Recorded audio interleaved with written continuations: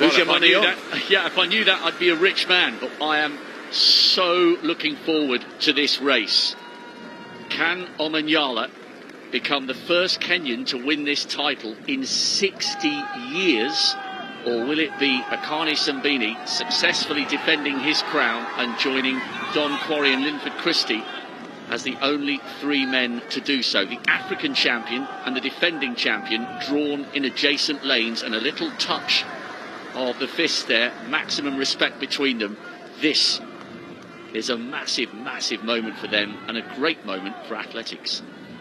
Linford Christie winning consecutive titles for England back in 1990 and 94. Then it was Atto Bolden of Trinidad and Tobago in 98. Kim Collins, remember him, for St Kitts and Nevis in 2002 was the champion. Asafa Powell took the first of 3 Jamaican golds in 2006 in Melbourne. Then Lerone Clark of Jamaica took gold in Delhi 2010, followed by Kimart Bailey-Cole in 2014 in Glasgow. And Simbine, yes, he is the defending champion. The stadium announcers asking the crowd for hush as these men focus on your marks. Absolutely, completely. Hearing the starters' orders, don't want any noises. Clicking of cameras sometimes is a problem, but they are called to their blocks. Azamati of Ghana on the far side in 1. Abekun of Sri Lanka in 2 in the blue near the top. Omanyala of Kenya in those fabulous Kenyan colours. He goes in 3. Simbine, the defending champion, goes in lane 4 for South Africa. In 5, Emmanuel Eseme of Cameroon. In 6, Mitchell Blake of England. In 7, Wales' Azu. And Rohan Browning of Australia, nearest the camera. Set. Good start there from Omanyala. He's got the jump on Simbine at the moment. Omanyala's going away with this one. He will not be caught. This is justice for the man who couldn't do himself justice in Eugene. He takes the gold for Kenya. 10.02 into a slight headwind, minus 0.9. But daylight between Ferdinand Omanyala of Kenya and the rest. Maybe about a meter's difference in it. The winning time, well, it doesn't matter a hoot. Who cares that it wasn't under 10 seconds? It was brilliant running at the start. He got out of the block so well, put the others under pressure, and Omanyala has gold. And we talk about the Kenyans being the long-distance specialists. They dominate at cross-country. They're great at steeplechase, 5,000, 10,000. This guy is from the other end of the distance spectrum. Akani Simbine takes the silver, 10.02 from Omanyala. The South African 10.13. I think a tinge of disappointment of those features. He was well beaten, but he does take the silver. And Nyupun Abekun of Sri Lanka, a bronze medal, 1/100th behind Simbine. And Azamati of Ghana, the unlucky 4th place. Again, just 2 100ths down on bronze. Well, from a neutral's point of view, you've got to be so pleased for Omanyala. It was an awful way for him to arrive at the World Championship as one of the fastest men in the world this year, only having 3 hours to prepare for his heat. It was a hopeless quest to try and taste glory and gold in Eugene.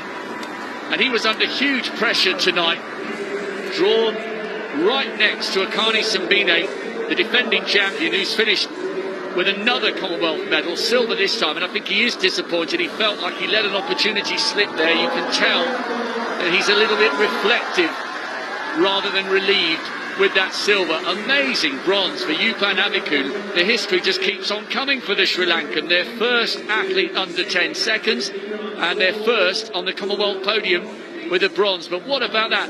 No Kenyan has won this title since Serafino Antal won in 1962 when it was over 100 yards. History again tonight in Birmingham. The Kenyan will be the toast of a nation thousands of miles away.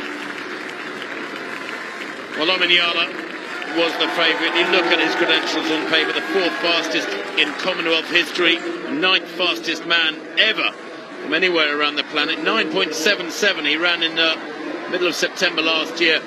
And there was never any doubt about it. He led from the very first stride. Simbine tightening up there with the pressure of trying to get back. That's more than a metre lead. Great running on the near side from Browning, who just got out dipped. It was so tight. You look at the place times, I'm telling you, from 2nd place down to 6th place, just 7 100ths of a second. I mean, that is a very, very tight finish indeed. I thought it looked there 20 metres out like Browning was going to get a medal.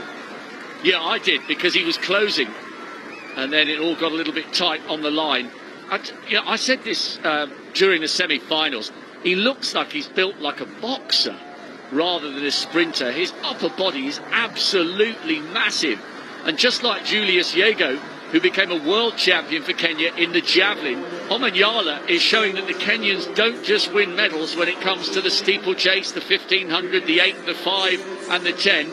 He is a history maker and a record breaker for the proud East African nation. And I wonder how many more Kenyans will want to get into sprinting after seeing what Omanyala has done here in Birmingham and around the World's Diamond League circuit over the last couple of years. That was superb. Wasn't it just? And frankly, it wasn't close. Come the finish, 10.02 to 10.13. That's a metre and more, the speed they're moving at. They all hit top speed around between 60 and 80 metres, and then it's a case of holding form, trying not to decelerate too much. But Omanyala, he is tight there over the last 20 metres, but that was partly because he was smiling so widely, I think, when he knew the gold was in the bag. Abekun second to right. What a run from him. Absolutely superb. That is one of the biggest upsets of the week in these athletics championships so far, and probably will be come the end of the week, because Abekun, well, I thought he'd done well to make the final. To actually get amongst the medals is, as you said quite rightly, Rob, quite historic. There it is, Omanyala, 10.02 to Simbine's 10.13. Gold for Kenya ahead of South Africa. And the Sri Lankan Yupan Abekun, a brilliant bronze day. The Ghanaian Benjamin Azamati, just 2/100ths shy of the medals. And Jeremiah Azu of Wales, well, that's a superb fifth place for him, 10.19.